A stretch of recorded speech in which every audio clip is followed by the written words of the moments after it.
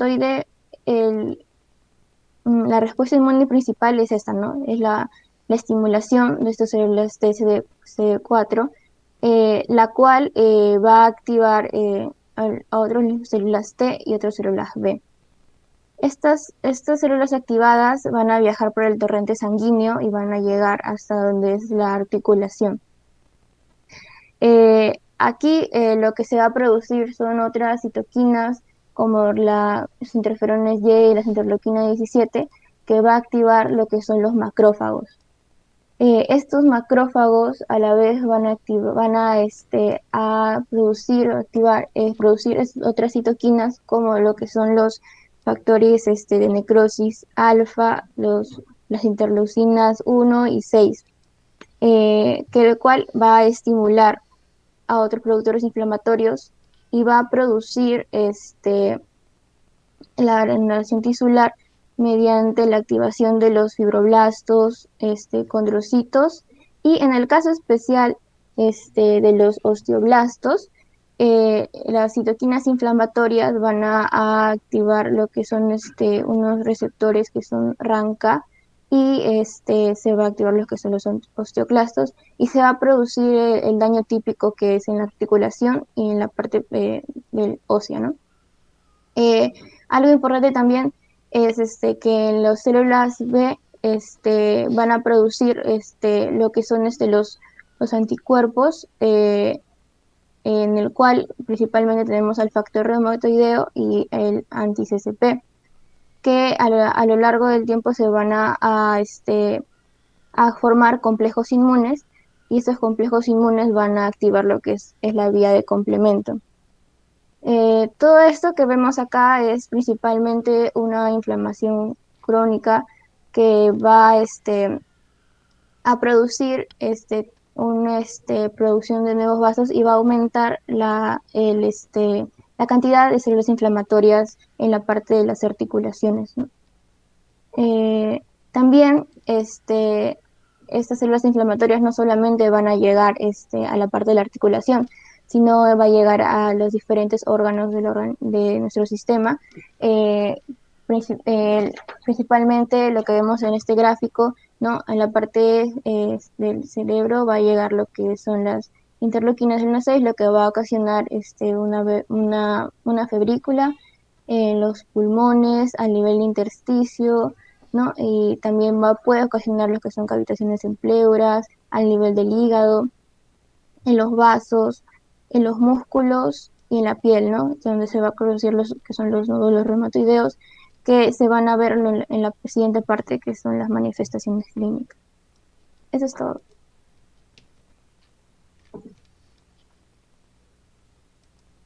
Gracias, Evelyn. Continuamos. Doctora, buenos días. Me toca a mí. Voy a presentar mi pantalla. ¿Se me escucha? Sí, bien. Muy bien, gracias, Evelyn.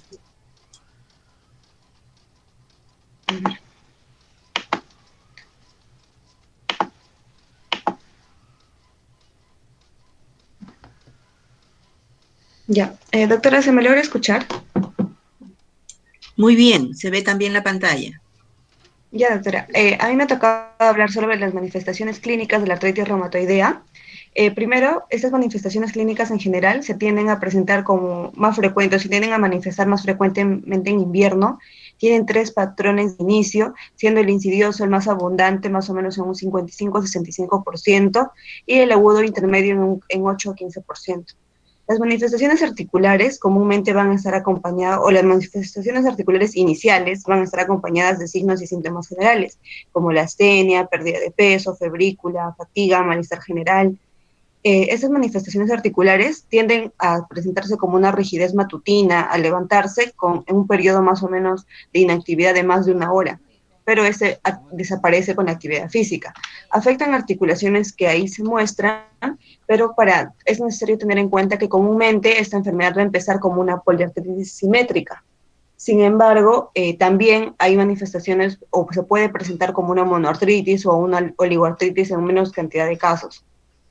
Las articulaciones articulares pequeñas son las que primero se tienden a manifestar, y son comúnmente las metacarpofalángicas, las interfalángicas proximales, las metatarsofalángicas, las muñecas, pero también pueden manifestarse más adelante, y también lo voy a mencionar, la rodilla, la columna, o el esqueleto axial, los codos, ¿no? Una manifestación importante dentro de la artritis reumatoide es la sinovitis, que más que nada trata por un dolor con la presión o movilización, tumefacción articular, calor local sin enrojecimiento, disminución de la movilidad articular, debilidad y atrofia musculares, teniendo en las manos comúnmente la de los músculos interóseos y en las rodillas de los cuádriceps. También se va a presentar un síndrome del túnel carpiano por una tenosinovitis de tendones flexores del carpo.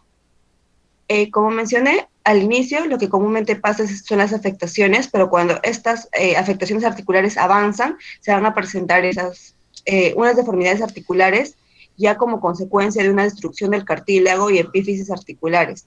También se van a presentar estas alteraciones por unas alteraciones ligamentosas y tendinosas, atrofia muscular, retracción capsular y contracturas y subluxaciones. Estas son, primero, una desviación cubital de los dedos, que es la que observamos acá. Los dedos tienden a irse hacia el lado cubital. También se van a presentar dedos en cuellos de cisne, que se caracterizan por una hiperextensión del falange proximal con hiperflexión del falange distal. También se van a presentar dedos en ojal, los cuales, al contrario del dedo en cuello de cisne, consisten en una hiperflexión del falange proximal con una hiperextensión del falange distal. También se puede presentar un pulgar en Z, que es también parecida a una deformidad en ojal del pulgar. Bueno, acá observamos las imágenes de lo que ya mencioné. Esta es una deformidad en Z y este es un dedo en cuello de cisne, ¿no? Con respecto al pie, también en el pie lo que suele pasar es que se suele perder los arcos de la bóveda plantar por hundimiento del tarso, ensanchamiento del metatarso y subluxación de las cabezas de los metatarsianos. Se tiende a presentar un hallux valgus, que básicamente es un dedo su martillo con una desviación peroneal, que es lo que se ve acá, un hallux valgus. También se puede presentar un pie plano y valgo, las rodillas van a adoptar una actitud de inflexión, y algo que me olvidé mencionar acá, también es que el codo, al verse afectado, también puede presentar, o en los pacientes que están afectados muy fuertemente, el codo es una articulación que tenemos que tenerla muy en cuenta, porque también puede quedar en flexión, y si esto no se atiende rápidamente, es difícil que el paciente tienda a recuperar el movimiento, ¿no? Entonces, eso sería tener en cuenta. También las rodillas van a afectar una actitud, o van a adoptar una actitud de inflexión, y se puede presentar algo que es característico, que es el quiste de Baker, ¿no? En hueco popliteo. Otras afectaciones van a ser básicamente la afectación cervical, que es la que podemos observar acá. También puede haber una afectación en la cadera, tenemos que tener en cuenta que puede ser muy dolorosa e incluso invalidante. Otra articulación esta es una afectación ya en el esqueleto axial, que se da una anomalía atlantoxoidea o una luxación, subluxación atlantoxoidea en dirección anterior, ¿no? Esta comúnmente se da por una ruptura del ligamento transverso del atlas. Otras manifestaciones extraarticulares son los nódulos reumatoideos. Estos nódulos tienden a ser subcutáneos, de más o menos una consistencia firme, tienden a ser móviles, pero no dolorosos, y son adheridos comúnmente al periósteo, tendones o bolsas sinoviales. Estos se van a ubicar comúnmente en zonas de roce o presión, como el olecráneo, también tendones de mano, dorso de pie, también el tendón de Aquiles, rodilla, y también en sacro, omóplatos y omóplatos. Esas son las manifestaciones articulares en general, pero quería mencionar que también hay algunas manifestaciones sistémicas, porque sabemos que esta es una enfermedad que también puede afectar sistémicamente o afecta sistémicamente. Entonces, para mencionarlo súper rápido, también se puede presentar una vasculitis. Dentro de las manifestaciones importantes también afecta al corazón. Se puede presentar una pericarditis más o menos en un 30% de pacientes, miocarditis, así como los nódulos que presento acá, también se pueden presentar nódulos valvulares y ortitis. También se pueden presentar valvulopatías como el reflujo mitral. También es importante porque va a afectar a los pulmones, puede presentar pleuritis, así también puede presentar estos nódulos reumatoideos, también se pueden presentar en los pulmones, va a presentar bronquiectasias, bronquiolitis obliterantes. Y algo también importante es que va a afectar al ojo, ¿no? Genera una queratoconjuntivitis seca como componente del síndrome de Sjögren. Y algunas manifestaciones hematológicas que encontré también puede ser una anemia normocítica normocrómica, un síndrome de Felty, que es una neutropenia, o mejor dicho, se caracteriza por una neutropenia, esplenomegalia, y la amiloidosis, ¿no? También que se puede presentar. Eso sería todo, doctora. Muchas gracias, Edith. Entonces, hasta el momento de lo que han presentado sus colegas y en general para el diagnóstico diferencial, cuando tengan artritis reumatoide dentro de las posibilidades diagnósticas, el punto que deben fijar es justamente que se trata en forma clásica, porque es decir, tratamos en pacientes, ¿no? No enfermedades, y cada paciente puede presentar características propias, pero en forma clásica, en términos generales, con el mayor reporte de literatura que tenemos. Se trata generalmente de personas de sexo femenino, personas alrededor de los 30, y comienzan con síntomas relacionados a rigidez matutina de manos mayor de 1 hora, y luego se comienza a presentar artritis, ¿no? Que es la inflamación de la articulación evidente con los signos de inflamación que conocemos, rubor, calor, dolor, limitación funcional, y que se presenta en forma simétrica, es decir, en una mano y en la otra mano, bilateral, ¿no? Como acabamos de decirlo, en forma aditiva, es decir, comenzaron las manos, luego los 2 codos, luego las 2 rodillas, ¿no? Y en forma activa. Entonces, ese es lo clásico. Cuando vemos eso, una presentación bilateral, simétrica y aditiva, artritis reumatoide debe ser una de nuestras primeras posibilidades, ¿no? Okay. Bien. Y esto importante para cuando hagan la presentación del tema de gota, para poder hacer ese hincapié en el diagnóstico diferencial con las características de gota. ¿Quién continúa? Doctora, buenos días. Soy Luno Alarcón. Ah, doctora, Sí, discúlpeme. Santiago, esperamos tu presentación. Ya.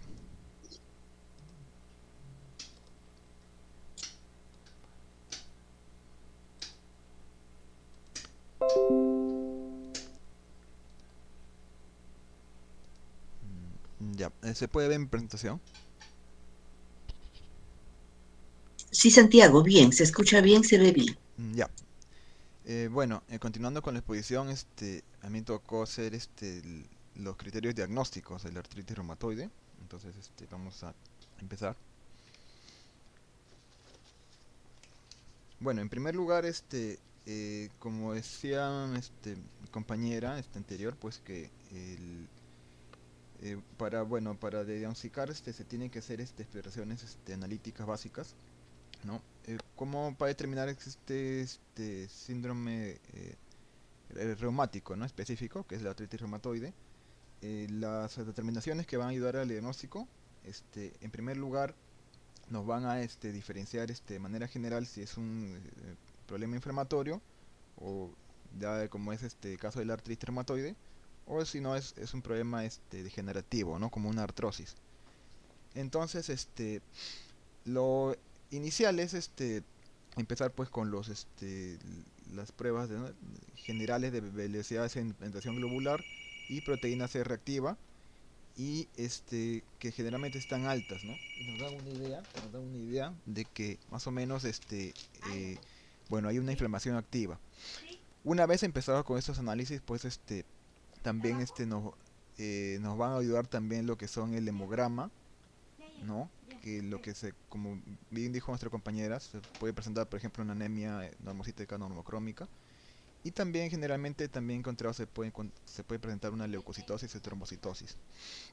Pero los exámenes que son más específicos y que nos van a ayudar al diagnóstico, como vamos a ver más adelante, son pues bueno, los exámenes inmunológicos, lo que es el factor reumatoideo, que tiene una sensibilidad del 75% y una especificidad del 70-90%, ¿no? Y que se usaba pues hasta hace, como criterio de diagnóstico hasta hace unos años, pero que a partir del año 2010 ya poco a poco ha sido desplazado por el factor más específico, que es anticuerpos antipéptidos cíclicos citrulinados, mejor conocidos como anti-CCP, cuya especificidad es mucho más alta, ¿no? Y bueno, también aquí añadí también un análisis de líquido sinovial, ¿no? Que en general más o menos se lo utiliza pues para diferenciar de lo que es también el carácter inflamatorio del carácter degenerativo, ¿no? Como podemos ver por ejemplo aquí, cuando es de este tipo inflamatorio va a haber una turbidez, ¿no? Y el leucocitos va a aumentar, ¿no? Hasta cierto punto, ¿no? Y va a haber también un aumento de los polimorfonucleares, ¿no? Bueno, y otra diferencia más de una artritis séptica, por ejemplo, es que va a haber un cultivo negativo y también va a tener ciertas características que nos van a poder guiar, por ejemplo, para hacer otro tipo de pruebas. Con respecto a los estudios de imágenes, vamos a ver pues que hay ciertos criterios también diagnósticos y se podría ver que por ejemplo la radiografía pues continúan haciendo una técnica más utilizada para evaluar el daño articular en la artritis reumatoide. Por lo tanto, aquí pues, los signos que he encontrado aquí yo son sobre todo pues edema de partes blandas, una osteopenia también blanda, pinzamiento articular y sobre todo las erosiones. Acá está por ejemplo lo que había indicado mi compañera, ¿no? Las lesiones en cuello de cisne, ¿no? También voy a añadir dos más también que he encontrado. Esta otra lesión que es en botonera y una desviación cubital de los dedos. Ahora, el problema también es que no se va a poder identificar una radiografía, pues una inflamación sinovial, por ejemplo, lo cual puede ser también o también cubierto también por ecografía, por ejemplo, ¿no? Que si nos va a poder observar, por ejemplo, ¿no? Un derrame articular, una entesitis o un aumento de la membrana sinovial, una inflamación, ¿no?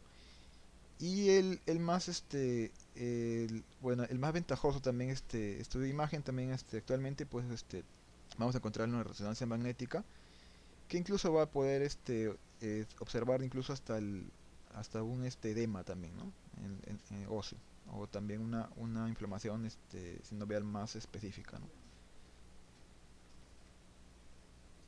Bueno, pasando a los criterios diagnósticos, como ya hemos dicho, pues no se va a poder diagnosticar por una sola de estos criterios, ¿no? Aquí vamos a ver pues que los criterios del Colegio Americano de Reumatología, ¿no? Del año de 1987 tomaba en cuenta cualquiera de estos 7 parámetros, los cuales bueno, podemos destacar por ejemplo rigidez matutinas, las artritis 3 o más áreas articulares o artritis simétrica y bueno, y factor reumatoideo sérico. Ahora, como se puede ver aquí, pues también ese es un criterio también que utiliza imágenes también y también la clínica. Pero por ejemplo acá nos damos cuenta que por ejemplo que no está pues la prueba de anti-CCP, ¿no? Esta prueba recién se introdujo el año 2010 y básicamente podemos ver que cambió lo que es lo sobrescribe los antiguos criterios, ¿no? Del año 87. Ahora acá se va a poner que los criterios para artritis reumatoide deben tener por lo menos 6 puntos de los 10 posibles, ¿no? Y estos pruebas aquí vamos a ver que ya toman en cuenta ya la prueba anti-CCP. Y también la duración también de la sinovitis, ¿no? Bueno, eso es más que todo lo que quería explicarles. Muchas gracias. Gracias, Santiago. Y bueno, entonces insistimos en el tema de que si nosotros vemos una poliartritis rigidez matutina mayor de 1 hora, simétrica, bilateral y aditiva en una dama de alrededor de 30 a 35, artritis reumatoide. Clínicamente es la posibilidad diagnóstica y el estudio de CPP, ¿no? Del anti-CPP, el anticuerpo anticitrulinado, ha cobrado una gran relevancia en los últimos años, y ven ustedes el puntaje alto que le otorgan dentro de los criterios diagnósticos. Y entonces esos criterios del American College of Rheumatology hay que considerarlos como, digamos, un apoyo para el diagnóstico, ¿no? O sea, para decir, bueno, si tiene, preeminentemente es la clínica. Y también en los últimos tiempos la ecografía ha cobrado un interés bastante importante. ¿Por qué? Porque en la R temprana, en aquella que tiene corto tiempo de evolución, nosotros podemos detectar sinovitis ecográficamente, aun cuando no estemos seguros en el examen clínico del cuadro de diagnóstico definitivo, ¿no? Es muy importante. Entonces, estos elementos, la clínica, los estudios de imágenes que ahí han mencionado, también un elemento que es osteopenia y osteoarticular, disminución del espacio articular y presencia de erosiones finas que nos orientan a artritis reumatoide. En cambio, en las otras placas radiográficas de otras entidades no vamos a ver esas características tan finas, ¿no? No se va a ver a veces mucha osteopenia, se va a ver respetado el espacio articular, y como han visto el día de ayer en el caso de Gota, las erosiones son más grotescas, como en sacabocado, ¿no? Entonces, fijar estos conceptos de la nosografía nos permiten tener más claridad en el diagnóstico diferencial cuando evaluamos los estudios de apoyo al diagnóstico del paciente, siempre recalcando que la clínica es mandatoria. Continuamos. Sí, doctora. Buenos días. Ahora me toca a mí ya pasar a la llamada Eurogota. Sí, Renato, te escuchamos. Tu presentación, por favor. ¿Se puede ver? ¿Estás presentando? Ahora sí, perfecto. Ya. Bueno, históricamente conocida como pseudogota, al día de hoy ahora tiene el nombre de enfermedad por depósito de cristales de pirofosfato de calcio, ¿no? Es un nombre más adecuado y específico para esta enfermedad. Y bueno, siguiendo con las generalidades, obviamente, lo que vamos a ver es justamente un poco la terminología, ¿no?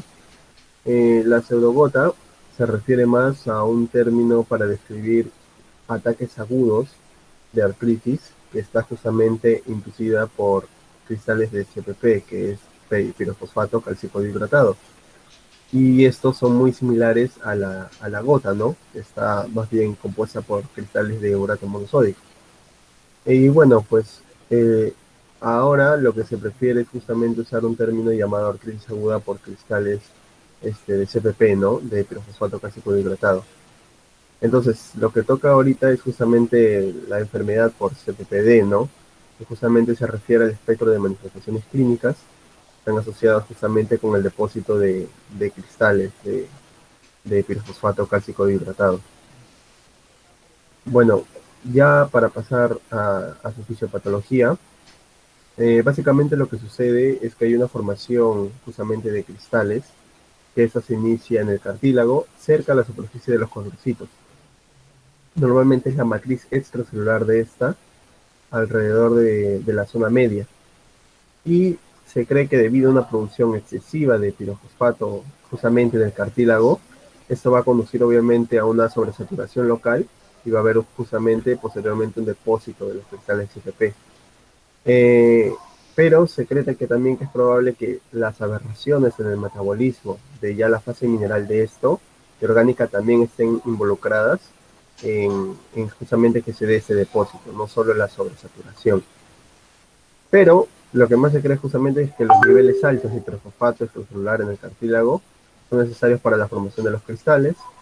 Y bueno, es probable que los niveles altos de calcio son los que den una alteración en la matriz de cartílago extracelular y justamente sea lo que predisponga este complejo calcio con el pirofosfato para que se forme el cristal. Bueno, también se ha visto que la proteína ANKH o ANKH juega un papel muy importante. Se ha visto que las deficiencias de ANCA, que es el análogo de esa proteína pero en ratones, le ha causado anquilosis progresiva justamente a los ratones, ¿no? El producto del gen ANCA es una proteína transmembrana fuertemente expresada en condrocitos y que lo que hace es transportar el pirofosfato y también sirve de regulador de este canal, que justamente transporta pirofosfato, pero también transporta ATP. Entonces, las condiciones que mejoran la actividad de ANCA-H podrían promover justamente la formación de CPP, justamente del cristal obviamente porque va a generar el transporte del pirofosfato dihidratado. Y aparte de la prueba que se hace en ratones, también se ha visto que las mutaciones de la proteína ANCA-H en humanos están muy asociadas justamente a esta enfermedad, ¿no? Y bueno, ya para resumir la parte fisiopatológica, pues lo que se da básicamente es eso, ¿no?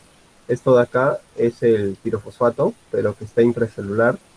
Ese es el pirofosfato extracelular. Gracias a la proteína ensamblada, gracias al gen de ANCA-H, justamente el pirofosfato sale justamente del condoncito, ¿no? Y pues puede seguir su manifestación en presencia gracias justamente al ATP. Aquí lo que sucede justamente es que ese pirofosfato extracelular más el calcio forman un complejo. Y este complejo es lo que forman los cristales. Obviamente los cristales lo que hacen es causar un estado inflamatorio en esta zona, en el espacio sinovial, y justamente va a traer, por ejemplo, metaloproteinasas, prostaglandina 2, neutrófilos, y justamente formar un estado inflamatorio en general. También cabe destacar que a veces hay transportadores llamados este, vesículas articulares del cartílago que también son capaces de generar acumulación de pirofosfato en el espacio sinovial, ¿no? Y que al final van a causar el proceso inflamatorio, ¿no? Ya para finalizar, hay moduladores de pirofosfato, como el TGF, IGF, ácido retinoico, tiroxina, interleuquina, ascorbato, y también hay moduladores de la formación del cristal. Lo estimula el colágeno 1, lo inhibe el colágeno 2, lo inhibe el proteombicano, la cepontina lo estimula, y la transglutaminasa lo estimula también. Y eso sería todo.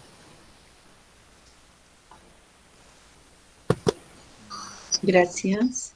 Continuamos.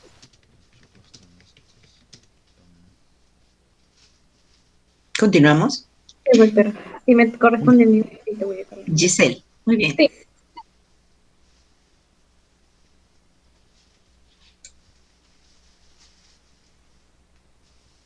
Ok, buenos días con todos. Vamos a hablar sobre la artritis por microcristales causados por el paciente cálcico deshidratado y exactamente de lo que es la forma pseudo-reumatoide, para diferenciarlo básicamente de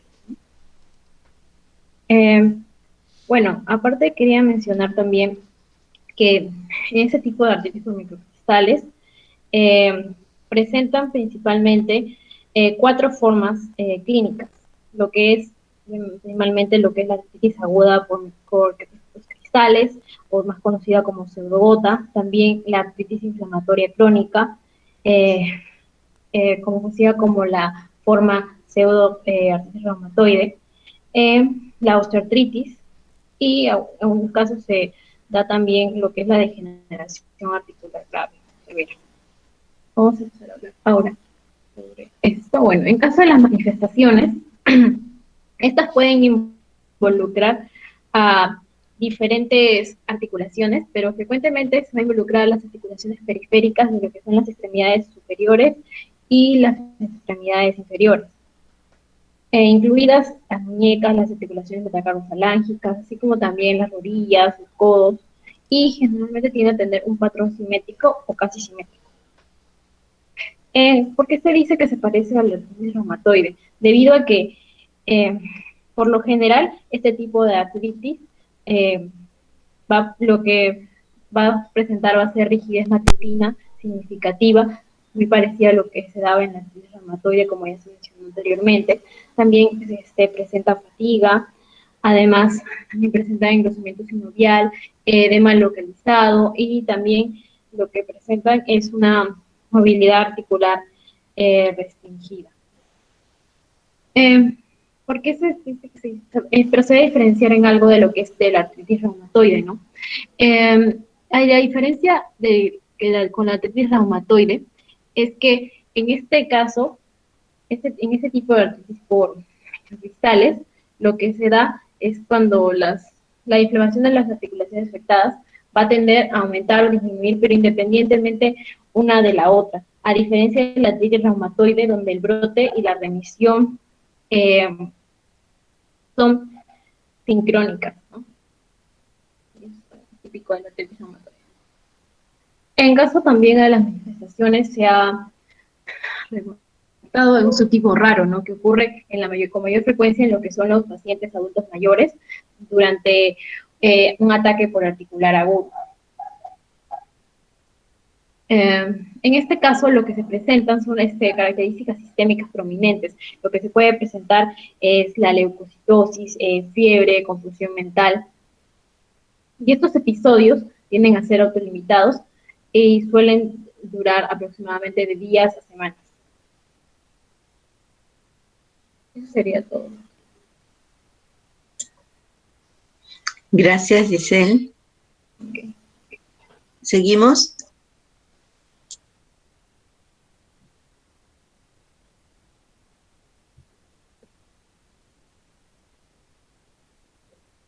Doctora, voy a presentar. Muy bien, Sandra. Ahora, pasamos con el diagnóstico de artritis por microcristales de pirofosfato cálcico dihidratado. Como ya hemos visto, en la clínica de esta patología puede muchas veces presentarse como una poliartritis simétrica y confundirse con una artritis reumatoide. Es por eso que se necesita de pruebas que nos apoyen en el diagnóstico. Y tanto como la clínica y como la imagen nos va a brindar un diagnóstico orientativo o presuntivo. Sin embargo, el diagnóstico definitivo es a través de la identificación de los microcristales en un análisis de líquido sinovial. Entonces, en imágenes, en radiografía, el hallazgo principal es la condrocalcinosis, que es la calcificación lineal del cartílago hialino articular o del fibrocartílago. Esto se produce por los depósitos del pirofosfato y se va a observar como líneas finas o también puntiformes que son paralelas al hueso subcondral adyacente. Además, también puede haber calcificaciones a nivel de la cápsula articular, de la membrana sinovial, de ligamentos y tendones. Y una de las principales articulaciones que está afectada es la rodilla, específicamente los meniscos. También es frecuente la afectación a nivel del ligamento triangular del carpo y del fibrocartílago de la sínfisis de la pubis. Es por eso que a estos pacientes es necesario realizarle radiografías de rodillas, manos y pelvis. Aquí podemos observar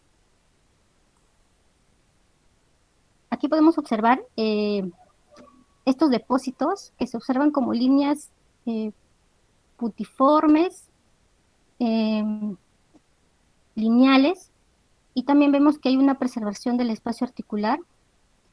En esta zona también vemos la calcificación del ligamento triangular del carpo y entre el hueso semilunar y piramidal vemos la calcificación del cartílago hialino. Y a nivel de la sínfisis de la pubis también podemos observar aquí, ¿no?, los depósitos de estos microcristales.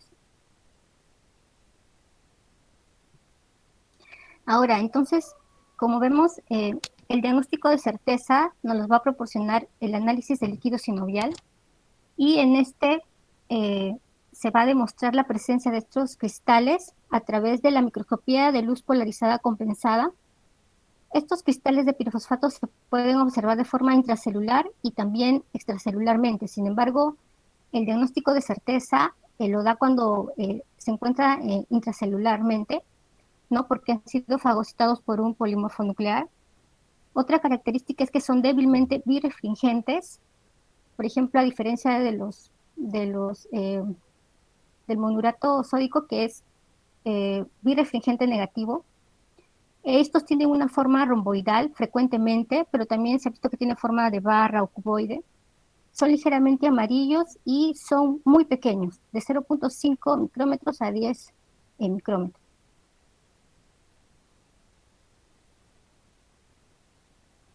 Y los criterios de diagnóstico de la artritis por microcristales está basado en los propuestos por McCarthy.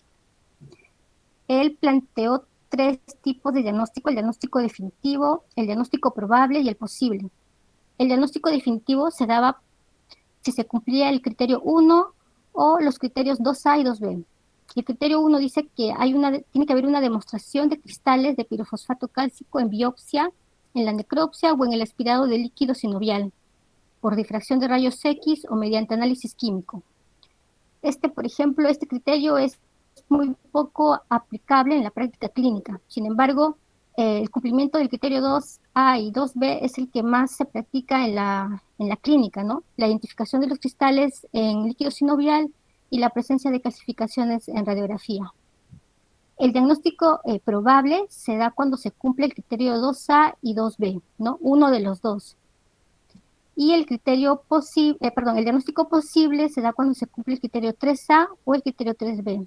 El criterio 3A nos dice que debe haber la presencia de una artritis aguda, especialmente de articulaciones grandes, con hiperuricemia concominante o sin ella.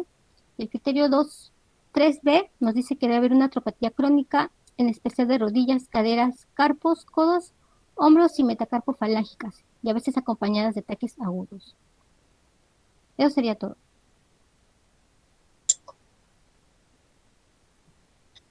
Gracias, Edith.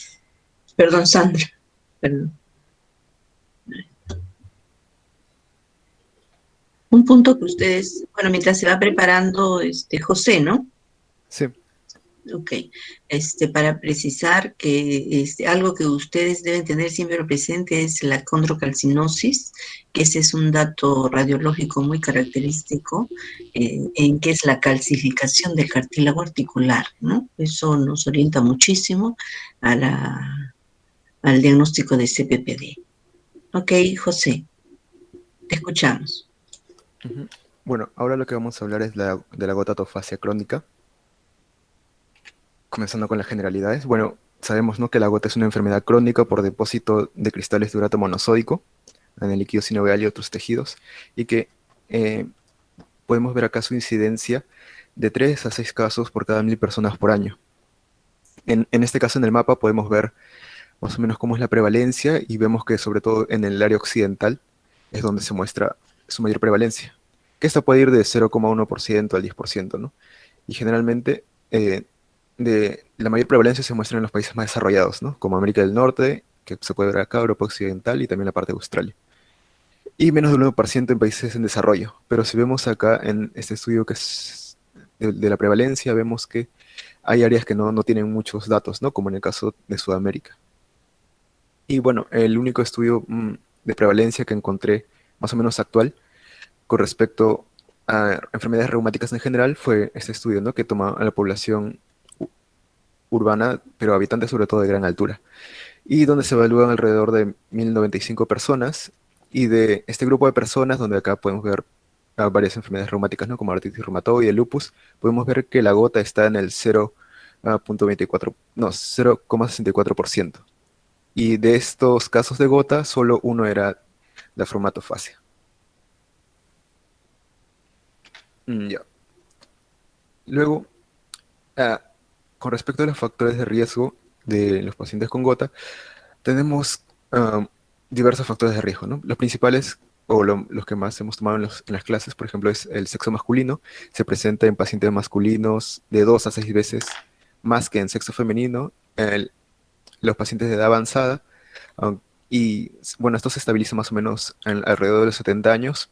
También tenemos varios genes que, bueno, ahora no es necesario precisar. También tenemos los medicamentos, ¿no?, que se pueden utilizar, como diuréticos, ciclosporina, tracolimus, para la hipertensión también, los betabloqueadores. También la dieta, que es bastante importante, sobre todo las carnes rojas. En el caso de las bebidas alcohólicas, sobre todo la cerveza y los alimentos dulces, ¿no? Y como había mencionado, otras causas, ¿no? Otros factores, como los pacientes de edad avanzada, la menopausia, enfermedades crónicas. Y bueno, para relacionar más esto con este otro cuadro que encontré en otro estudio acerca de comorbilidades entre la gota, podemos ver que en este caso, en este caso es un estudio de Estados Unidos, pero podemos ver acá que hay varias comorbilidades en relación a los pacientes que presentan gota, ¿no? Bueno, a la cabeza de estas comorbilidades está la hipertensión arterial, también la enfermedad renal crónica, en etapa 2 en adelante, 71%. También está muy relacionada a la obesidad, con ella también la diabetes, en un 26%. Acá serían los antecedentes, los pacientes que han tenido un infarto agudo de miocardio y ya en menor medida los que han tenido un ACV. Luego, para explicar la fisiopatología de este proceso. Como ya les había mencionado, la gota se produce por un depósito de cristales de urato monosódico. Y este proceso, bueno, se produce sobre todo cuando hay una hiperproducción de este urato o cuando hay una hiposecreción, ¿no? Y acá podemos ver todos los procesos por los cuales se producen, ¿no? Primero hay una hiperuricemia, que si vamos al valor, este valor sería de 6,8 miligramos por decilitro, aunque algunos estudios refieren un rango, ¿no? De 6 a 8, en vez de tomar como 6,8. Pero sabemos que esta hiperuricemia no va a ser un condicionante siempre, ¿no? Porque solo del 10 al 15% de pacientes con hiperuricemia van a desarrollar la gota. Por eso están los otros factores de riesgo que les mostré en el cuadro anterior. Bueno, a partir de esta hiperuricemia se van a presentar la formación de cristales. Luego vas a ver una inflamación aguda, que esos serían los episodios agudos. Luego va a haber episodios donde remite, va a haber una resolución de la inflamación y después ya está la formatofasia, donde va a estar la inflamación crónica.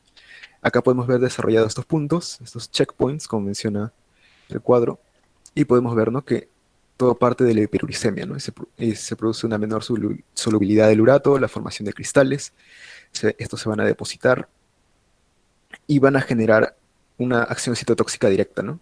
Porque estos cristales, sí, tienen una acción citotóxica directa y van a producir necrosis. Esta necrosis va a generar, bueno, que se produzcan varios mediadores asociados al daño, y estos van a llamar, digamos, a los fagocitos. Y luego de llamar a estos fagocitos, y que estos traten de fagocitar el urato monosódico, van a activar el inflamosoma, ¿no? ¿Qué sería esto? Y que este inflamosoma va a ser el que va a generar, digamos, la fase aguda de la enfermedad, ¿no? Los brotes agudos. Principalmente por la producción de la prointerleuquina 1B y también de la A.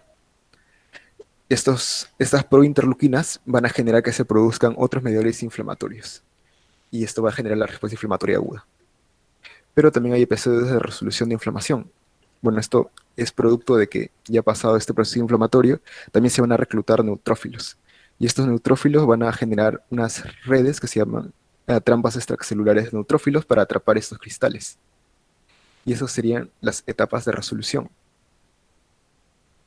Pero luego, de estas etapas de persistencia, digamos, donde aún persiste el cristal, pero está en una etapa disminuida producto de estas redes de neutrófilos, si esto se cronifica en el tiempo, se van a formar los tofos, ¿no? La fase tofasia, que es un intento de los macrófagos por limpiar todas estas redes producidas por los neutrófilos más los cristales. ¿Y qué va a generar? Va a generar que se forme como un granuloma, ¿no? Una respuesta granulomatosa inflamatoria crónica, que se puede ver acá a la derecha, en la forma tofasia, ¿no?, de la gota. Y acá, en este gráfico más a la derecha, de una forma más ampliada. Podemos ver que se forma como un granuloma a cuerpo extraño, ¿no?, donde las masas de tofos están formadas en el centro, ¿no?, por células, y están rodeadas por los macrófagos y también células epiteliales. Bueno, y de esta forma se desarrollaría la formatofasia, ¿no?, que es la forma crónica. Bueno, eso sería todo con respecto a la gototofasia. Gracias, José. Continuamos.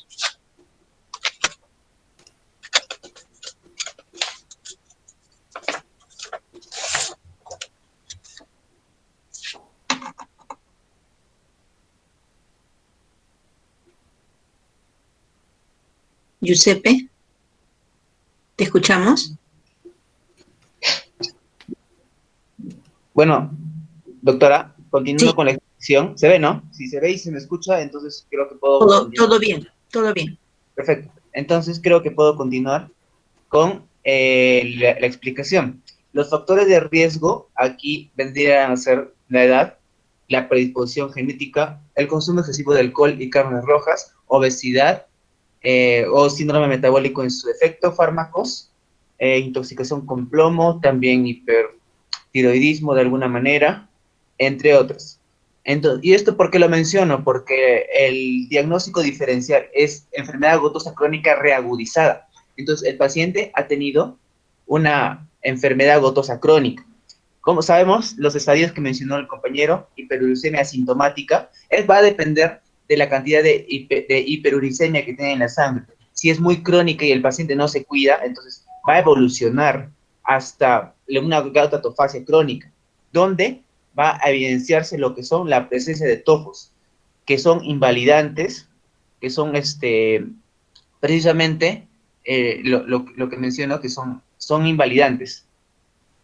Estos tofos, de alguna manera, son agregados de estos cristales de urato monosódicos, pero rodeados de una reacción granulomatosa, y esto va a provocar gran erosión. Incluso va a superextenderse de un tofo normal que vemos, se va a superextender hacia las zonas blandas en mayor proporción. ¿Cómo? Así. Se va a superextender. Y esto sí podría, eso sí tiene tratamiento, pero el paciente tiene que cuidar sus factores de riesgo de todas maneras. Así que lo que vamos a encontrar aquí principalmente es eso, las lesiones inflamatorias granulomatosas crónicas, que van a ser agravadas en un cuadro reagudizante, que incluso podría hasta llegar a amputarse, porque erosiona bastante lo que es la articulación o incluso puede confundirse con otras enfermedades. Y pues aquí, así lo vamos a ver. En la oreja también está, ¿no? Encontró una foto de una oreja. Pero también no suelen ser dolorosos tampoco ni sensibles, pero sí son erosivos. Y lo vamos a encontrar así, pues amarillos y blancos. Y son muy notorios, son muy notorios. Eso es todo más que nada lo que quería mencionar.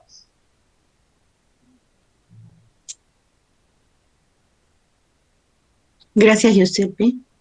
Ya. En este paciente, de lo que tú nos has manifestado, ¿qué es lo que encontramos? En el paciente del caso clínico.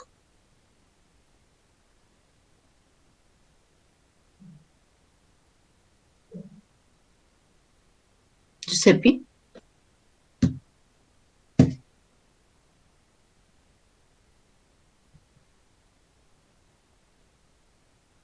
¿Me escucha? Ahí, doctora, sí, mi conexión, perdón. Sí, encontramos tofos en la zona del codo. Ya, ok. ¿Continuamos?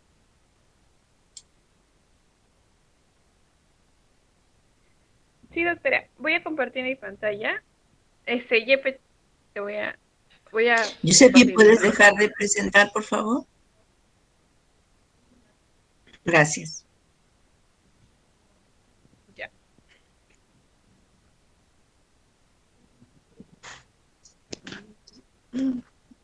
Ya, doctora. Ok, Marjorie, adelante. De mi pantalla porque yo no lo veo. Ahí está, ya. En el caso de gotatofasia, para llegar al diagnóstico de gotatofasia, nosotros tenemos que tomar 4 exámenes. Uno sería el histológico, otro es el análisis de líquido sinovial y luego podríamos apoyarnos con imágenes. Una de ellas a nivel de líquido sinovial es demostrar que están los cristales de urato monosódico dentro de estos espacios, ¿no? O dentro de los tofos. Y bueno, eso nos va a permitir poder diagnosticar. Ahora, las características del líquido sinovial es que este de aquí se va a presentar en un cuadro de una reacción de inflamación moderada severa, ¿no? Y este líquido sinovial va a presentar leucocitos entre 5.000 a 8.000 células por milímetro cúbico, con predominancia de neutrófilos. Y estos cristales de urato se van a identificar en personas que han sido previamente afectadas en los pacientes con gota y que no hayan sido tratados, o en aquellos que reciben terapia para reducir los uratos. Pero algo que nos dice la literatura es que la demostración de los cristales de urato en aspirados de los depósitos tofáceos te va a proporcionar un medio para poder corroborar el diagnóstico de gota con tofo, ¿no?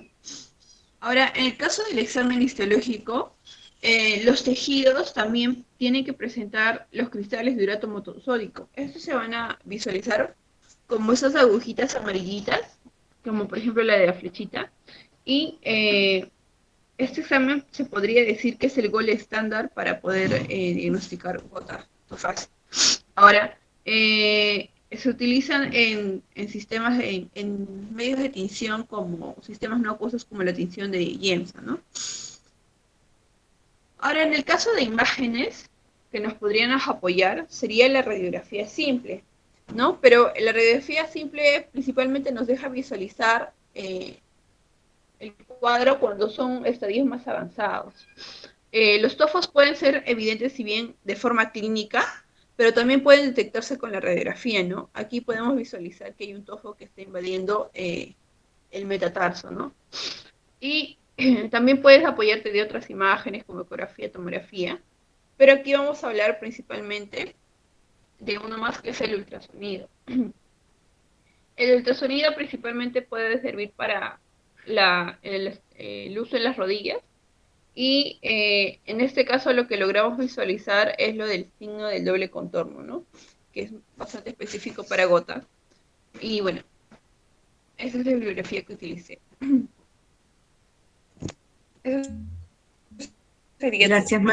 Gracias, Marjorie. Es la importancia de que si tenemos nosotros articulación accesible para obtener líquido sinovial, esta es una herramienta muy, muy útil para poder identificar si existe o no la presencia de cristales. Sí que debemos tener pues a la mano un microscopio para poder visualizarlo, ¿no? Porque a veces al microscopio normal no es posible. Piero, ¿te toca continuar? Piero. Sí, doctora. Ok. ¿Me puede escuchar? Sí te escuchamos, ya, pero sí. dejaste de... Ya, ahora sí. Ya, entonces vamos a seguir ahora, vamos a tratar de resumir ya todo lo que se ha hablado en función al caso que nos ha tocado analizar en esta ocasión, ¿no?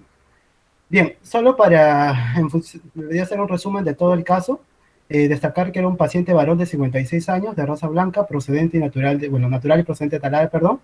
En cuanto a antecedentes generales, destacaba pues el que evitaba el consumo de carnes, también un paciente que presentaba bastantes hábitos nocivos en función a tabaco, alcohol, café y drogas, ¿no?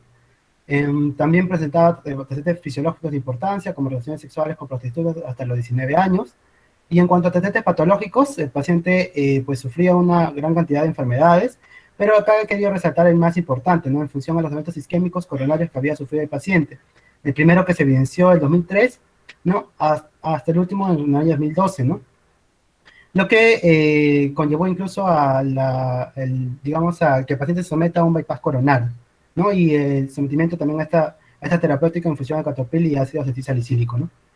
En cuanto a antecedentes familiares de importancia, destaca pues a padres con hipertensión arterial y un hermano con gota. Vemos acá también el resumen del caso, ¿no? En función a, el tiempo de enfermedad fue 7 años, es un cuadro crónico, aunque el episodio actual es hace un mes. La forma de inicio de la enfermedad del paciente fue insidioso y su curso progresivo. La enfermedad, como ya se mencionó, empezaba hace 7 años, con tumefacción y dolor, principalmente a nivel de tobillo y metatarsiano derecho, ¿no? Con una intensidad de 10 de 10, con un pico máximo de 8 horas de dolor, ¿no? Ahora, vamos a ver de que este cuadro va a remitir, en los 6 meses se va a presentar con las mismas características a nivel de la rodilla derecha.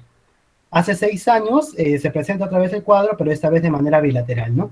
Luego estos episodios van a ser bien recurrentes, se van a presentar de forma recurrente a lo largo de los años, ¿no? Y el paciente va a ser sometido a artrocentesis y va a calmar el dolor. Ya acercamos al episodio actual, hace 1 año y medio se va a presentar la nodulación, ¿no? Tanto primero en un codo y después en ambos. Luego hace 7 meses el paciente presenta afectación esta vez a nivel de metatarso falángico derecho y razón por la cual es hospitalizado y se receta colchicina y allopurinol. Vamos a ver de que hace 5 meses el paciente va a exacerbar las molestias que sufría a nivel de manos y codos y se va a presentar ahora afectación de rodillas y tobillos, ¿no? Y luego, ya cuando entrando al episodio actual, vamos a ver de que va a pasar de un síndrome monoarticular, oligoarticular, hasta un compromiso ya poliarticular crónico, con compromiso de tumefacción, dolor a nivel de varias articulaciones, codos, tobillos, manos, ¿no? También destaca que presenta un único episodio de fiebre y que, bueno, en este último mes que consulte el paciente, ha consumido estos medicamentos y no ha reiniciado el consumo de allopurinol, ¿no? Hay que destacar también algunas manifestaciones, pues, cardíacas, cardiorrespiratorias que también presentaba el paciente, como disnea, tos y edema, ¿no? Bueno, el examen físico corrobora todo lo que el paciente presentaba en lo que vendría a ser el relato, ¿no? Y también, pues, algunas afectaciones pulmonares que también se expresaban en el relato y algunas afectaciones leves a nivel abdominal. En cuanto a los exámenes auxiliares que el doctor nos presentó ese día, destacaban pues de que a nivel de líquido sinovial había aumento de celularidad con un predominio de polimorfo nuclear, el ácido úrico, el paciente presentaba hiperuricemia y también aumento de ácido úrico en orina, y también el paciente pues presentaba algunas características de hiperlipidemia, ¿no? Como lo vamos a ver, que va a ser analizado más adelante seguro cuando se hable de síndrome metabólico. Asimismo, las restantes de fase agudas, ambas estaban elevadas, tanto el BCG como la proteína C reactiva, y en función al metabolismo de glucosa, vamos a ver de que la hemoglobina glucosilada estaba elevada, ¿no? Y en cuestión a las características radiográficas que presentaba el paciente, vamos a ver de que en manos presentaba erosiones de sacabocado, ¿no? Que, al igual que en las rodillas, y también en las manos presentaba pues márgenes escleróticos bilaterales a nivel de estas dos articulaciones, ¿no? Y una característica importante es que no presentaba pinzamiento articular, ¿no? Son características que vamos a analizarlo más adelante. Bien, entonces ya se ha hablado de cada una de estas patologías en función a su fisiopatología, epidemiología y su clínica. Vamos a tratar de intersectar esa información que ya tenemos en función a lo que presentaba nuestro paciente. Empecemos pues por la artritis reumatoide. ¿Qué tiene a favor nuestro paciente en función a artritis reumatoide? Pues sí, presentaba una poliartritis simétrica crónica, aunque no empezó con esto, sino con una afección monoarticular. Bueno, tiene estas articulaciones también comprometidas. Presentaba rigidez matutina, el paciente lo manifestó, ¿no? Característica también de la enfermedad de artritis reumatoide por la presencia de ritmo inflamatorio. Y también algunas afectaciones cervical, dolor cervical que manifestaba el paciente, manifestaciones extraarticulares, sobre todo a nivel de cuadro pulmonar, ¿no? Es en función a la clínica de artritis reumatoide a favor, ¿no? En cuanto a osteopatía por estos cristales, el paciente presentaba pues afectación de rodilla también, un episodio de fiebre, ¿no? Y en función a gota, vamos a ver de que el paciente ya presenta algunas otras características, ¿no? Por ejemplo, los antecedentes, ¿no? La dieta de carnes rojas, que era varón más de 50 años, los episodios, los brotes agudos que empezaron a ser monoarticulares y luego pasaron a ser una poliartritis crónica, la localización frecuente que también la presenta el paciente, ¿no? Y la presencia de tofos. Vamos a hacer lo mismo, pero ahora en función a los exámenes auxiliares. Y vamos a ver de que en función a artritis reumatoide el paciente presentaba solo a favor la elevación de las PCR y el BCG. En el caso de la osteopatía por cristales de hiperfosfato dehidratados también, presentaba PCR elevados y también en el líquido sinovial un infiltrado inflamatorio. Y en cuanto a la gotatofasia, pues presentaba la hiperuricemia, los restantes elevados y las características radiológicas características de esta enfermedad, ¿no? En función a las lesiones en saca-bocado, y no había pinzamiento articular, ¿no? Una característica muy importante que nos va a permitir diferenciar de las otras que ya hemos evidenciado acá. Bueno, ya para finalizar, aplicando lo que vendría a ser lo que se nos enseñó ayer en función a lo de los criterios de la Liga contra el Reumatismo Europea y la American College de Reumatología, ¿no? En función a eso, si bien esto no se va a cumplir, no es obligatorio que se presente, lo podemos emplear en algunas ocasiones, ¿no? Bueno, acá vemos las características clínicas y el puntaje obtenido por el paciente, y eso es en función a las características laboratoriales del paciente y el puntaje obtenido, ¿no? A mi percepción. Y en función a ello, el paciente obtiene un puntaje total de 16, recordando que más de 8 o igual a 8 hace un diagnóstico positivo de gota, con una sensibilidad del 92% y una especificidad cerca al 90%, ¿no? Entonces, en conclusión, el paciente pues presentaba una gotatofasia, ¿no? Bien, eso sería todo.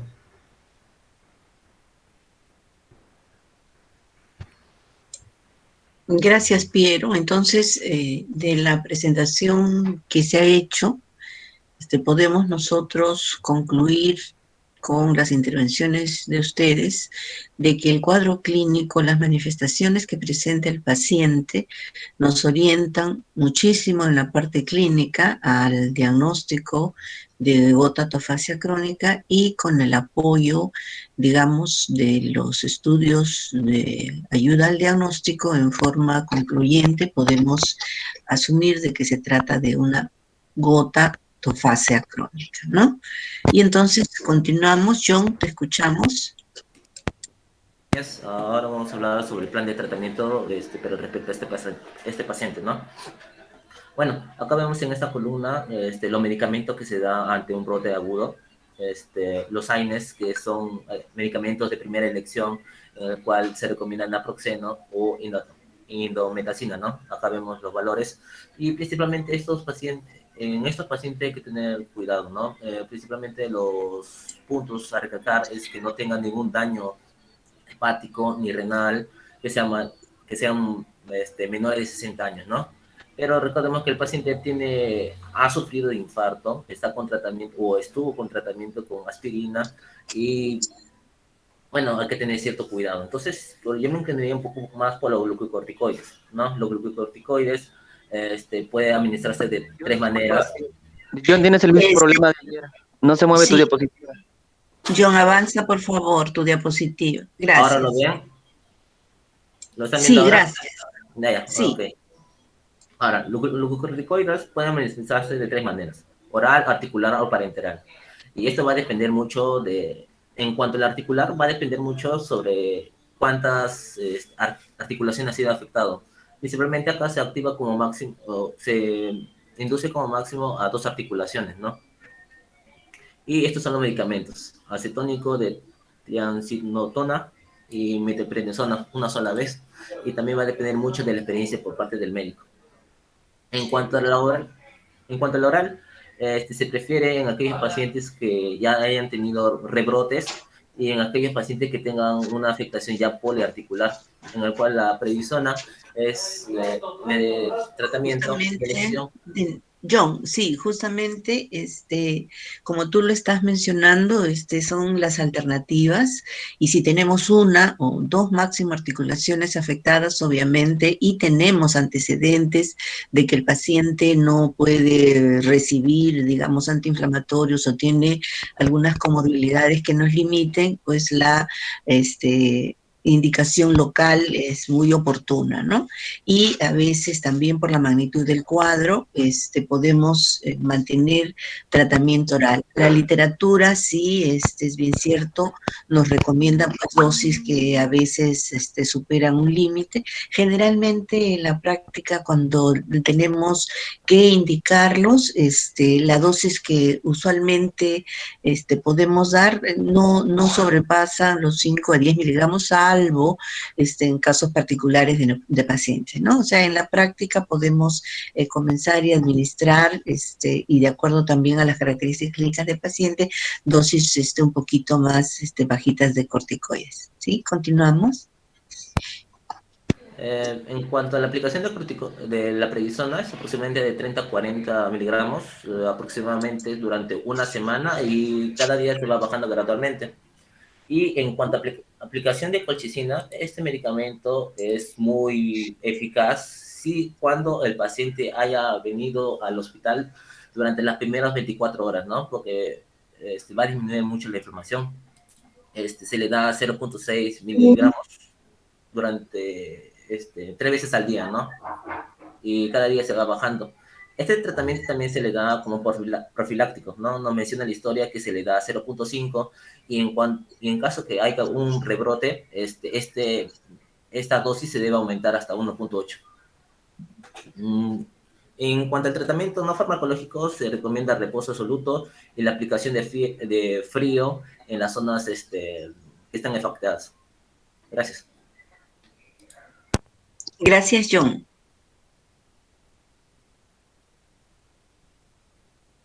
Continúa.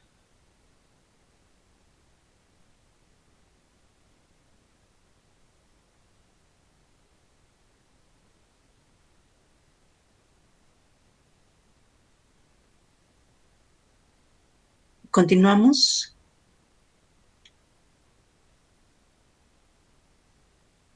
Yo continúo, doctora. Anthony. Sí. Sí, ahí está.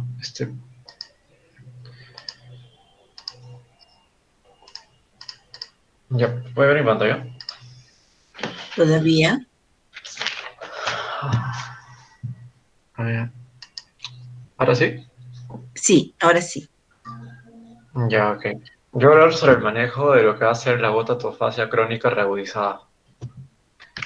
Ya, esto yo no sé en Euler, en la que primero para el manejo se tiene que saber cuál es el objetivo, y el objetivo para una gota atofagia es reducir el ácido úrico por niveles menores a 5 miligramos sobre decilitros.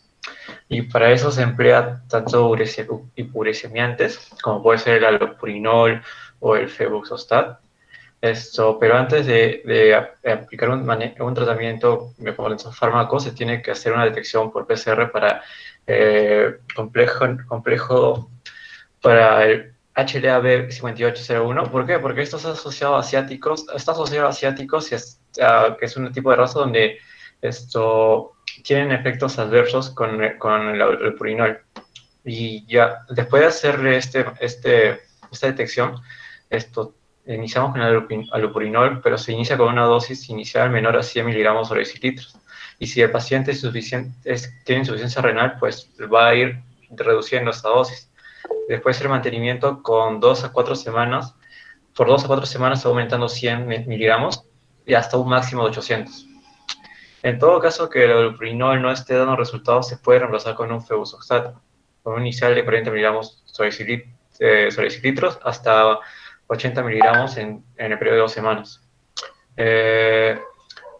Pero también se ha encontrado que si esto no se puede con los hipouricemiantes, o sea, no le funciona al paciente, se puede utilizar urosúricos, como el Probenecid. Probenecid, esto se inicia con una dosis de 250 miligramos 2 veces por día y un mantenimiento de 500 a 1000. Y si tampoco funciona con los hipouricemiantes urosúricos, una alternativa que en Estados Unidos ha usado es la pleoticasa, que la función es que transforma el ácido úrico a lantoína. El ácido úrico no soluble, pero la lantoína es más soluble que el ácido úrico. Entonces, se elimina por el riñón. Esta ha sido eficaz en el tratamiento de gota atofagia refractaria a la reducción más intensiva de uratosérica. O sea, acá no es refractario estos fármacos. Pero no solo se usa en eso, sino también se usa colchicina, porque la idea de estos hipouricemiantes y urosúricos es que se reduzcan los niveles de ácido úrico para que la gota pueda remitir, o sea, pueda desaparecer. Pero la colchicina es la que evita, como profilaxis, que evita que vuelvan a aparecer nuevas crisis de gota. Y esto van a estar una dosis de 0 a 5 a 0,6 miligramos por vía oral, dos veces al día para pacientes con disfunción renal normal, pero que tienen insuficiencia renal crónica de tipo 4 a más, se va reduciendo esta dosis por ejemplo, ahora va a ser cada 2 o 3 días. La colchicina en el paciente tendría que cuidarse, cuidar bien las dosis. ¿Por qué? Porque el paciente se ha asociado a un síndrome metabólico. Y para el síndrome metabólico, entre uno de los tratamientos puede ser las estatinas para bajar los niveles de colesterol.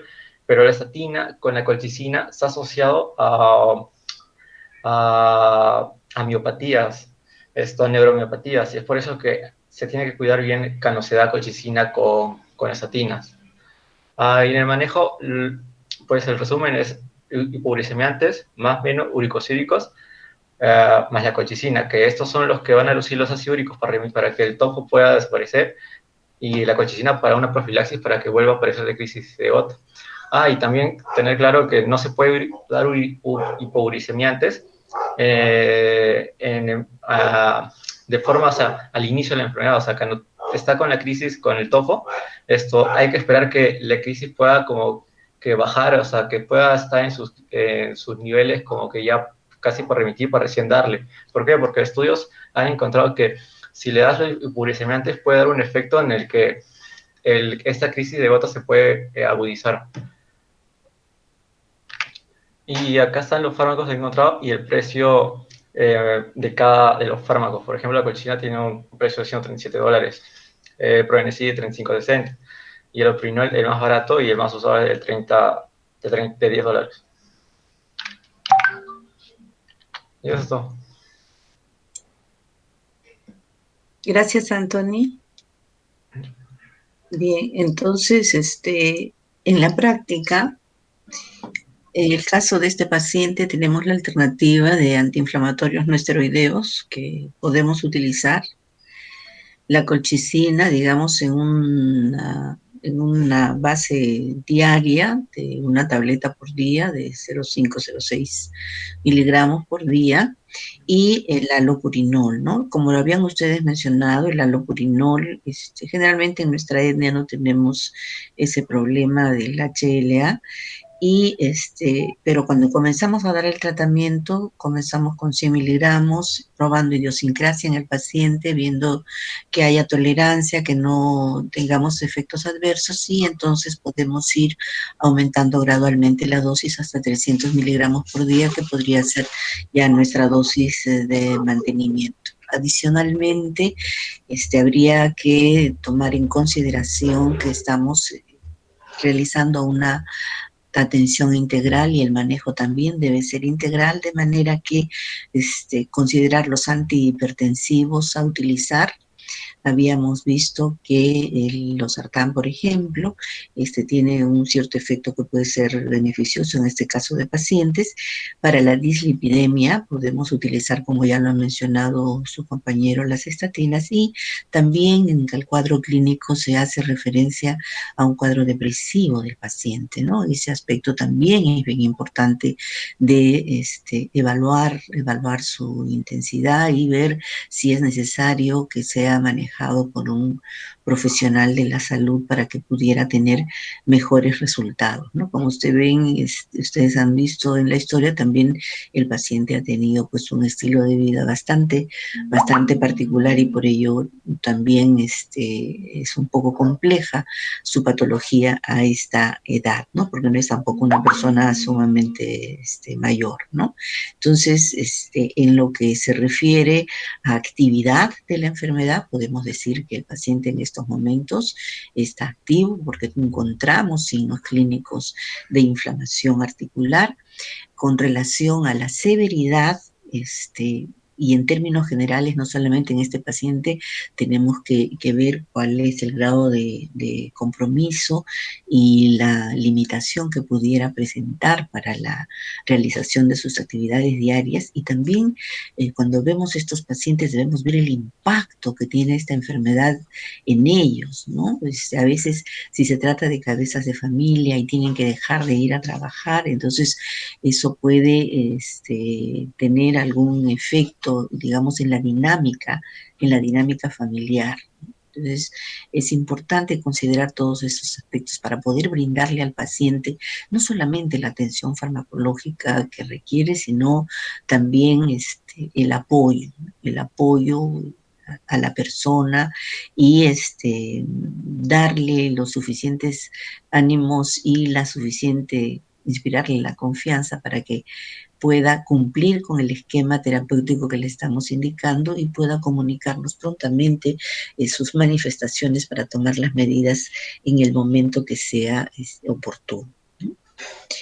Entonces, esos serían los principales aspectos a ver con el paciente, ¿no? Y recapitulando, para fijar los puntos importantes en el diagnóstico diferencial, lo que observamos clínicamente en artritis reumatoide y en gota, lo que observamos radiológicamente, que son ya diferencias más claras, pero no en los primeros estadios de la enfermedad, sino en los estadios más avanzados, y ahí son diferencias sí notorias, sí evidentes, y que podemos identificar en artritis reumatoide, en la CPPD y en la gota, ¿no? Sobre todo las erosiones, la condrocalcinosis, y esa diferencia de las erosiones mínimas, no mínimas, sino finas en artritis reumatoide, y erosiones gruesas, grotescas en sacabucado, en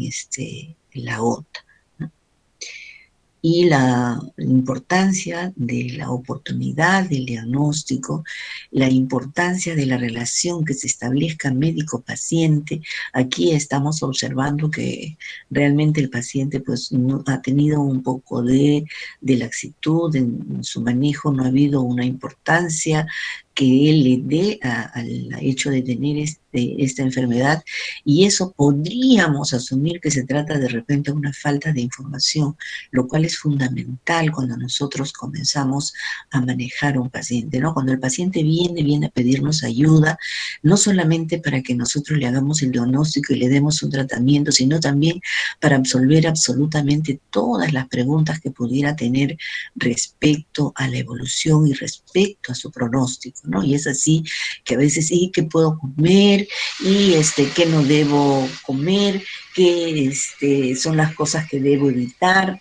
¿Y cómo me voy a ver de aquí a 5 años, de aquí a 10 años? Y nosotros justamente con esta preparación, con el estudio de todas estas manifestaciones y las series que publica la literatura, podemos conversar con el paciente con mayor.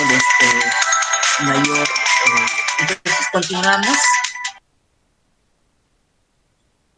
Sí, doctora, buenos días. Entonces, voy a empezar a presentar mi pantalla. ¿Alguien me puede confirmar si ya se puede ver, por favor? Sí se ve. Gracias. Bien, entonces a mí me tocó la parte de síndrome metabólico y va a haber una segunda parte que mi compañero Cabo lo va a desarrollar. Yo voy a abordar generalidades y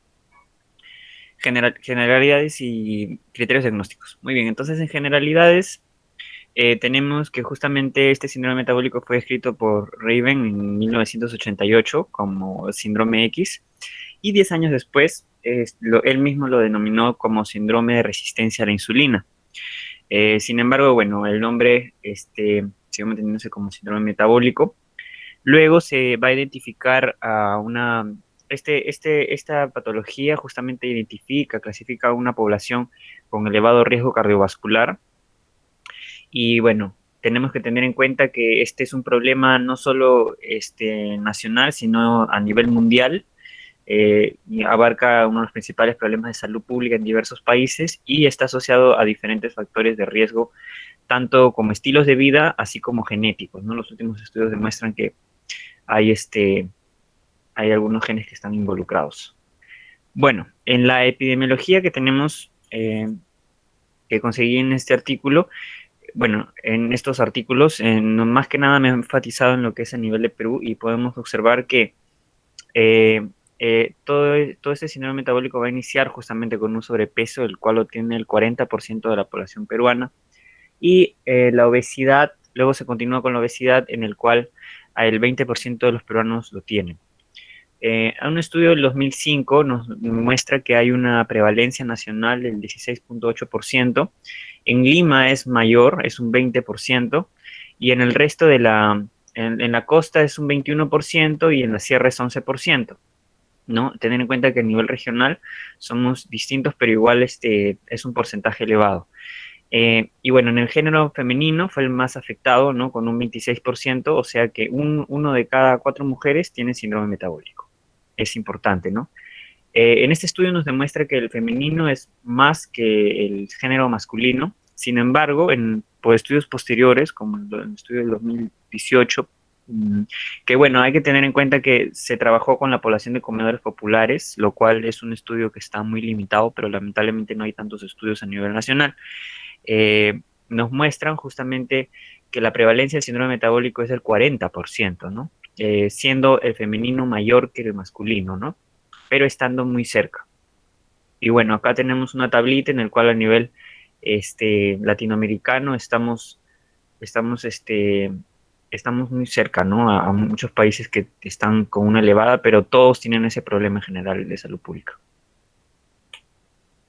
Y bueno, los criterios, para ya cerca de finalizar, los criterios diagnósticos, vamos a observar que es un cuadro clínico caracterizado justamente por dos cosas principales, ¿no? Primero, que tiene que cumplir que tenga la obesidad central. Y para definir la obesidad central tiene que tener una circunferencia de la cintura que sea mayor de 80 centímetros en mujeres y en los varones que sea más de 90 centímetros.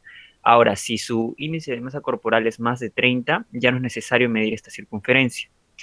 Y además, aparte de este criterio, tiene que cumplir 2 de los siguientes 4 criterios, que es justamente, tiene que tener los triglicéridos elevados, o sea, mayor a 150 miligramos por decilitro, o que esté en tratamiento, ¿no? O sea, ya diagnosticado con hipertrigliceridemia. El HDL colesterol tiene que estar disminuido, o sea que tiene que ser, en hombres tiene que ser menor a 40 miligramos por decilitro y en mujeres tiene que ser menor a 50 miligramos por decilitro, o en el caso de que ya se han diagnosticado y que estén en tratamiento. En hipertensión, la presión arterial sistólica tiene que ser más de 30 o la presión diastólica tiene que ser más de 85 o tiene que haya ser diagnosticado, o sea, ver si estar siguiendo un tratamiento, ¿no? Y la glucosa en ayunas tiene que estar elevada, o sea que tiene que tener un valor mayor de 100 miligramos por decilitro, ¿no? O también ya haber sido diagnosticado de diabetes tipo 2, ¿no? Previamente. Y este es el último, en el cual, bueno, tener en cuenta los factores de riesgo, ¿no? Como el síndrome metabólico justamente va a tener muchos factores de riesgos. Hemos mencionado ya una parte genética, la historia familiar, la dieta, la microbiota que está en últimos estudios, ¿no? Que lo involucra mucho no solamente con varias patologías también, el nivel educativo, socioeconómico, la actividad física, el sedentarismo que está muy relacionado a esta patología, la edad, ¿no? Hemos visto el sexo femenino, cómo está más afectado, que va a involucrar no solamente el síndrome metabólico, que va a abarcar muchas alteraciones, ¿no? Hiperlipemia, hipertensión, obesidad, trombogenicidad, resistencia a la insulina, inflamación y trastorno endotelial, hiperuricemia, ¿no? Por lo que vamos a ver más adelante, y va a estar involucrado con las enfermedades, ¿no? Van a producir estas enfermedades, que son enfermedades a nivel renal, cardiovascular, diabetes, infertilidad, también disturbios en el sueño, aumento de riesgo de cáncer e incapacidad física. Y bueno, eso sería todo. Muchas gracias.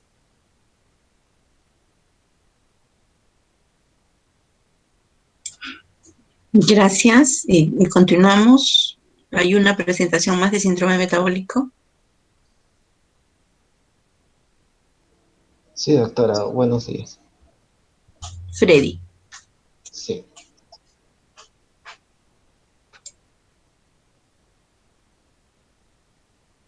Bueno, ya mi compañero Giordano ya habló acerca de la definición de lo que sería el síndrome metabólico. Yo voy a hablar acerca de su patogenia que se relaciona bastante.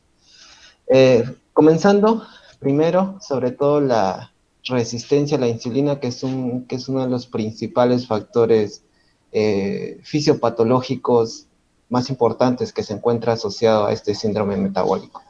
Entonces, primero comenzamos con lo que sería la obesidad central. Vamos a ver una acumulación de depósito de lípidos a nivel ya sea visceral y así también a nivel subcutáneo, que genere un desequilibrio a nivel de los adipocitos, y estos adipocitos van a generar gran cantidad de moléculas, ya sea como citoquinas inflamatorias y otras moléculas. Pero esto también hay un factor genético que es importante recordar, como por ejemplo el gen de la adiponectina, que cuando hay cambios a nivel de este gen, va a generar alteraciones a nivel de la sensibilidad de la insulina. Por eso es importante recordar también el factor genético. Otro factor es la producción por parte de los adipocitos, que ya lo hablé, es la producción de estas citoquinas inflamatorias y la producción de estas reactantes de fase aguda. Por ejemplo, la producción de la interleuquina 6, la producción de la proteína C reactiva y, por ejemplo, el inhibidor del activador del plasminógeno. Este es importante debido a que normalmente el plasminógeno es un factor importante relacionado al factor fibrinolítico dentro de nuestro organismo, y al haber niveles elevados de su inhibidor va a generar cierta susceptibilidad a que nosotros presentemos enfermedades cardiovasculares. Aparte también de que la producción de estos marcadores inflamatorios, estas citoquinas, produzcan también daño endotelial, ¿no? y genere también cierta susceptibilidad a presentar enfermedades cardiovasculares. Otro factor importante es la producción por parte de los adipocitos, es la producción de leptina, factor de necrosis tumoral alfa y la producción de ácidos grasos, debido a que normalmente estos van a modular lo que sería la secreción y la acción de la insulina. Y por lo tanto, al haber una elevación de estos, puede contribuir lo que sería a la producción de una insulina resistencia. Entonces, una vez producido lo que sería la resistencia a la insulina, es decir, esa etapa donde hay presencia de una incapacidad de la insulina de que ingrese a nivel de los tejidos la glucosa, va a generar de que en un primer momento genere niveles elevados de lo que sería de glucosa, así como también genere niveles elevados de hiperinsulinemia, ¿no? Pero va a llegar a un punto donde haya una descompensación de las células beta y por lo tanto bajen los niveles de insulina, pero se va a mantener la elevación de la glucosa por parte del hígado, generando un cuadro de diabetes mellitus tipo 2.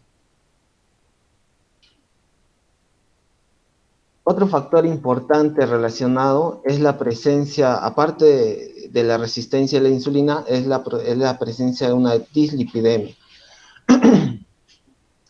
La insulina resistencia se ha visto que produce lipólisis, generando una elevación de lo que sería de los ácidos grasos. Estos ácidos grasos se van a acumular lo que sería a nivel del hígado, produciendo de que este hígado produzca gran cantidades de lipoproteínas como son las VLDL, así como también de las LDL.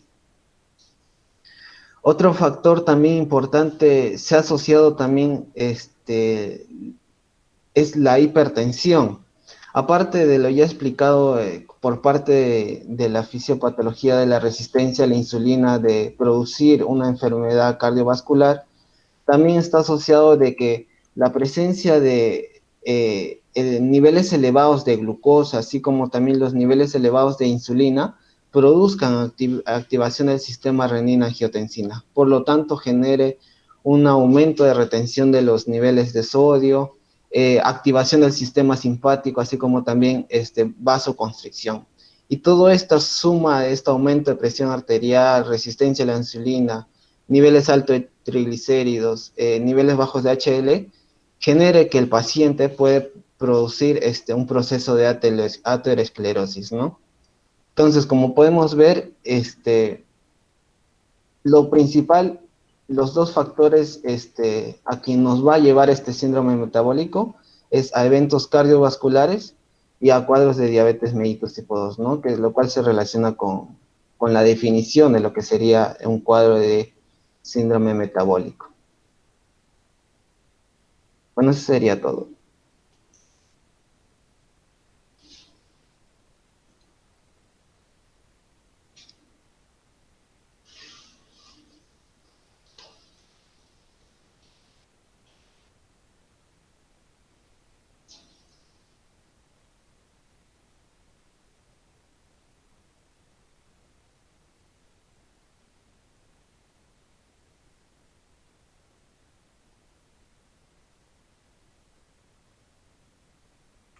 ¿Continuamos?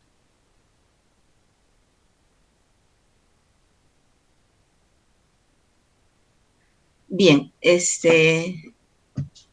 muchas gracias. De todas maneras, estamos viendo que estamos ya en las 9:42.